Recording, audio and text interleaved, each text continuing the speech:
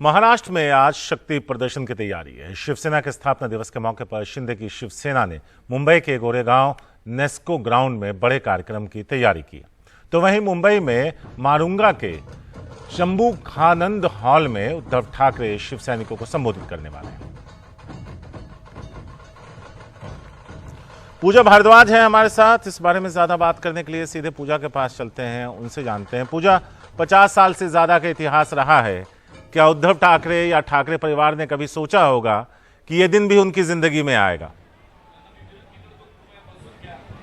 बिल्कुल शारिक, और 57वां साल है ये शिवसेना बने हुए, और अब तक इतिहास में ऐसा नहीं हुआ कि स्थापना दिवस जो है वो 2 धड़ों में बटी हुई पार्टी इस तरह से अलग अलग कार्यक्रम के तौर पर मनाएगी। तो क्यों इसे शक्ति प्रदर्शन कहा जा रहा है, ये भी हम समझने की कोशिश करेंगे। इस वक्त हमारे साथ शिवसेना के प्रवक्ता कृष्णा हेगड़े साहब मौजूद हैं। सर, कहा जा रहा है कि आज का जो प्रोग्राम है एकनाथ शिंदे जी का, एक तरह से शक्ति प्रदर्शन होगा, 20,000 से ज्यादा लोग होंगे।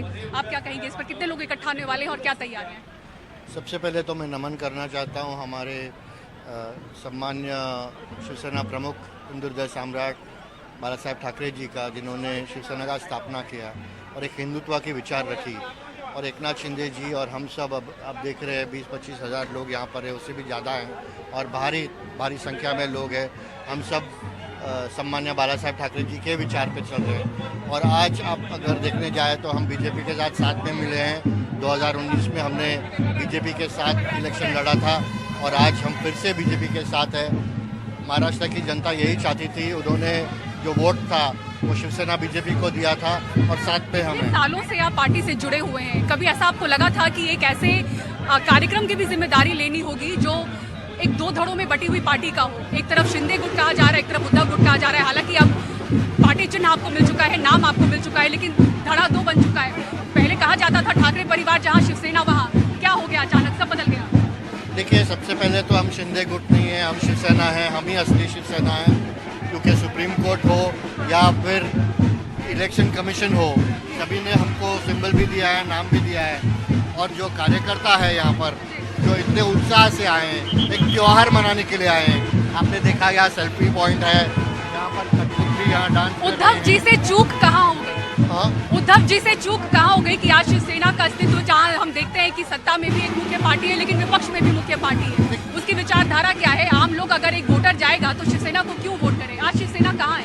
देखिए, हमारे लिए आज एक बहुत बड़ा दिन है और कोई चूक दिखाने का दिन नहीं है। लेकिन मैं यही बात कहना चाहता हूँ कि सम्मान्य एकनाथ शिंदे जी एक ज़मीनी नेता हैं और ज़मीनी नेता के साथ सब जुड़ना चाहते हैं। और वो जब कोई नेता हमारी बात नहीं सुन रहे थे तो शिंदे साहब हमारी बात सुन रहे थे और हम शिंदे साहब के पास जाके जो भी हमारी व्यथा है वो सुनाते थे। ये एक ऐतिहासिक कदम उन्होंने जो उठाया, जिसमें 40 विधायक शिवसेना में उनके साथ आ गए और 13 जो सांसद है वो भी उनके साथ आ गए। ऐसा कभी इतिहास में नहीं हुआ। मुझे नहीं लगता सिर्फ देश के इतिहास में, लेकिन दुनिया के इतिहास में कभी ऐसा नहीं हुआ। उद्धव गुट का कहना है कि कल गद्दार दिवस है, 20 जून, जब एक तरह से पार्टी स्प्लिट हुई, 2 धड़ों में बटी, गद्दार दिवस मना रहे वो, एक तरह से आप सब पे ये दाग। देखिए, मैं गद्दारी पे बात नहीं करना चाहता हूँ, लेकिन गद्दारी महाराष्ट्र की जनता से हुई। जब आपने 2019 में महाराष्ट्र की जनता से क्या बोल के वोट मांगा? आपने ये कहा कि शिवसेना और बीजेपी साथ में है, हम हिंदुत्व के साथ हैं, हम हिंदुत्व का आइडियोलॉजी जो है वो फॉलो करते हैं, हम बाला साहेब की आइडियोलॉजी फॉलो करते हैं। और बाला साहेब ने ये कहा था कि अगर मुझे कोई भी दिन पे कांग्रेस और राष्ट्रवादी कांग्रेस के साथ हाथ मिलाना पड़े तो मैं ये दुकान बंद कर दूंगा, मेरी दुकान बंद कर दूंगा, शिवसेना बंद कर दूंगा। लेकिन एकनाथ शिंदे जी ने ये होने नहीं दिया, वो फिर से बीजेपी के साथ आ गए और हम सब बीजेपी के साथ। बस एक आखिरी सवाल, फडणवीस और शिंदे जी के बीच सब ठीक है? जो मतभेद की खबरें खासतौर पे विज्ञापन के बाद, सब ठीक है कि नहीं? शक्ति प्रदर्शन के एक तरह से वो भी बताने की कोशिश होगी कि बीजेपी की जरूरत नहीं है, फडणवीस की जरूरत नहीं? बिल्कुल नहीं, बीजेपी और हम साथ है। शिंदे जी और फडणवीस साहब साथ में हैं। सरकार तालमेल के साथ चल रही है। सरकार 24 घंटा आम आदमी के लिए काम कर रही है। यहाँ के गरीब, यहाँ के किसान, यहाँ के मजदूर, यहाँ के युवक, यहाँ के जो महिला हैं स्टेट के, सभी के लिए काम कर रहे हैं। और सरकार योजना इतनी अच्छी दे रही है कि सरकार आपके द्वार पे जाके आपके साथ काम कर रही है, आपके साथ बात कर रही है, आपका हल निकाल रही है।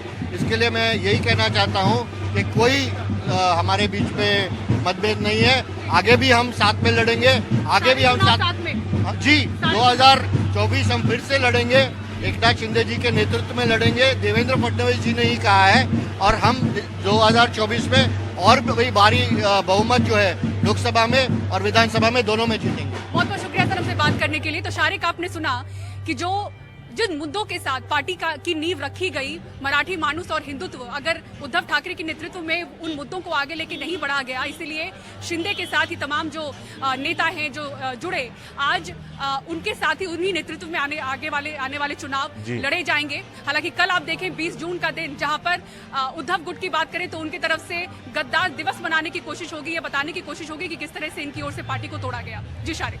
शुक्रिया पूजा, विस्तार से इस खबर को हम तक लाने के लिए आपका बहुत बहुत शुक्रिया।